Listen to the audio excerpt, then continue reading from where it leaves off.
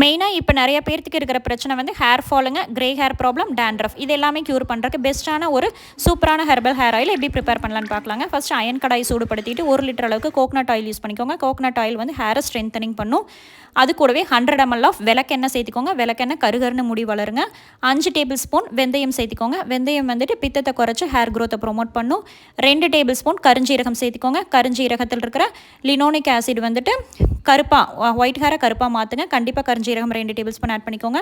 5 பெரிய நெல்லிக்காயை கேரட் பீலரில் திருகி சேர்த்துக்கோங்க. நெல்லிக்காய் பிளட் சர்க்குலேஷன் இன்க்ரீஸ் பண்ணுங்கள்.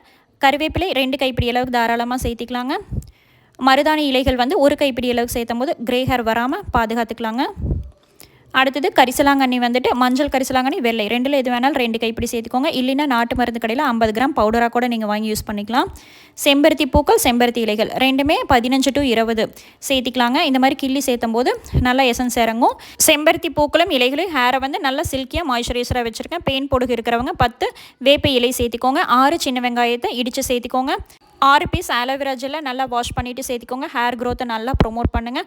ஆலோவேரா ஜெல்லு விளக்கெண்ணெயில் சேர்த்தும் போது சைனஸ் ப்ராப்ளம்ஸ் கோல்டெல்லாம் பிடிக்காமல் இருக்கிறக்காக ஒரு 10 மிளகு சேர்த்திக்கோங்க. ஒரு 20 நிமிஷம் மீடியம் ஃப்ளேமில் வச்சு நல்லா கொதிக்க விடுங்க.